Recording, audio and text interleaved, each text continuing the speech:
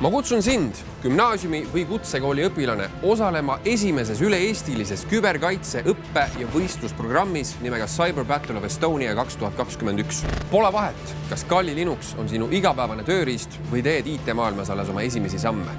Koolitusega eelvoorud toimuvad sulle 5 Eesti linnas: Tallinnas, Tartus, Narvas, Pärnus ja Paides. Ootan sind meie küberkogukonda, sest heade poolel pole meid kunagi liiga palju.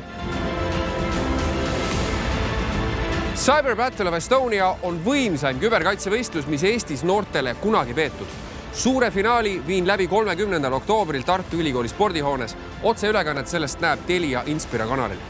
Anna meile endast kohe märku, sest uued superkangelased sünnivad just selles lahingus.